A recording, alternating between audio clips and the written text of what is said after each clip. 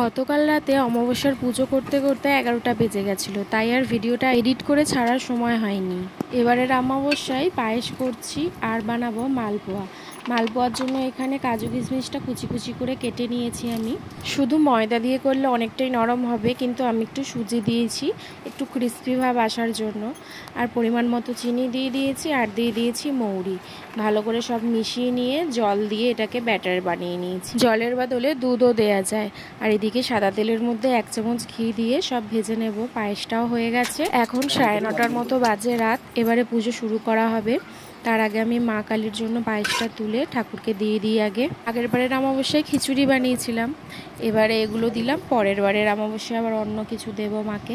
মামকেও রাতের খাবারটা খাইয়ে দিয়েছে, যেটা আমি হোমমেড স্যারেলাক বানিয়ে রাখি, না হলেও এতক্ষণ স্থিরভাবে বসবে না।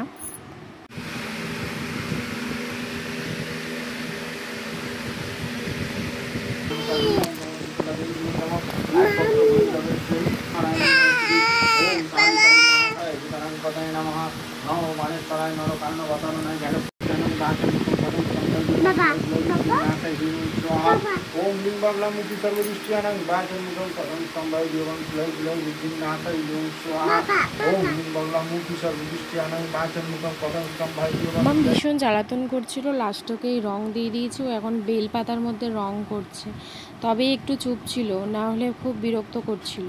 তো সব দেবদেবীকে পুজো করে নিয়েছে, এবারে হোমটা শুরু করা হবে।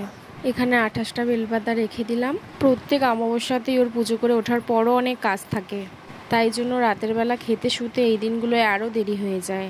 এমনিও মাম্মাম 2টো পর্যন্ত জেগে থাকে, এই দিনগুলো তো আরও অনেক রাত হয়ে যায়।